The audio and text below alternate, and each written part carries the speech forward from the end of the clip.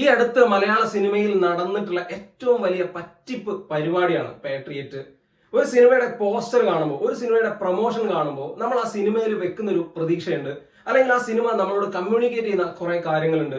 ലാലേട്ടനും മമ്മൂക്കയും കുഞ്ചാക്കോ ബോബനും ഫഹദ് ഫാസിലും ഒക്കെ പോസ്റ്ററിൽ വലിയ തലകളായി പ്രത്യക്ഷപ്പെട്ട് തുല്യ റോളുകളിലാണ് എന്നൊക്കെ പറഞ്ഞിട്ട് മുൻപ് ഒടിയനിലാണ് ഇങ്ങനെ പരിപാടി കണ്ടിട്ടുള്ളത്. അത് സംവിധായകൻ തന്നെയായിരുന്നു കുത്തിയിരുന്ന് തള്ളിയിട്ടുള്ളത്. സിനിമ തിയേറ്ററിലെത്തി കണ്ടപ്പം കാറ്റുപോയ ബലൂൺ ആയിരുന്നു. മലയാള സിനിമ കണ്ട ഏറ്റവും വലിയ ഡീഗ്രേഡ് നേരിട്ട ചിത്രങ്ങളിലൊന്നായി ഒടിയൻ മാറാനുള്ള കാരണം ആ സിനിമയ്ക്ക് കൊടുത്തിട്ടുള്ള തെറ്റായ പ്രൊമോഷൻ പരിപാടി തന്നെയായിരുന്നു. ഇവിടെ പാട്രിയറ്റിലും അങ്ങനെ തന്നെയാണ്. ലാലേട്ടനും മമ്മൂക്കയും 18 വർഷങ്ങൾക്ക് ശേഷം ഒരുമിക്കുന്നു എന്നുള്ള പരസ്യവാചകം ഇതിഹാസ സംഗമം എന്നാണ് റിലീസ് ഡേ പോസ്റ്ററിൽ കൊടുത്തിരിക്കുന്നത്. അങ്ങനെ കൊടുത്ത ഒരു സിനിമയിൽ ലാലേട്ടനെ കാണാൻ 3 മണിക്കൂറുള്ള സിനിമയിൽ 2 മണിക്കൂർ കഴിഞ്ഞാണ് പുള്ളിയുടെ ഒരു സ്ക്രീൻ പ്രസൻസ് പോലും വരുന്നത്. അപ്പൊ അത് ആലോചിച്ച് നോക്കുക, എത്രത്തോളം വലിയ തട്ടിപ്പാന്ന്. ലാലേട്ടൻ ആകെ ഒരു 20-25 മിനിറ്റ് ആ സിനിമയിൽ പല ഭാഗങ്ങളിലായി വന്നു പോകുന്നുണ്ട്.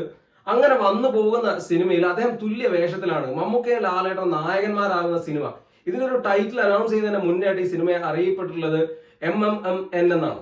അതായത് മമ്മൂട്ടി, മോഹൻലാൽ, മഹേഷ് നാരായൺ പ്രോജക്ട് എന്നാണ്. എന്തിനായിരുന്നു അത്? ആരെ പറ്റിക്കാൻ വേണ്ടിയാണ്? ഇങ്ങനെ പ്രേക്ഷകരെ കബളിപ്പിക്കുന്ന പരിപാടി മലയാള സിനിമയിൽ ഇടയ്ക്കിടയ്ക്ക് കാണാറുണ്ട്. അതിന്റെ ഭാഗമായി പലപ്പോഴും സൂപ്പർ താരങ്ങൾ വരാറുമുണ്ട്. ഏതായാലും പാട്രിയറ്റിൽ അങ്ങനെ ഒരു പറ്റിപ്പ് തന്നെയാണ് നടന്നിരിക്കുന്നത്, യാതൊരു സംശയവുമില്ല.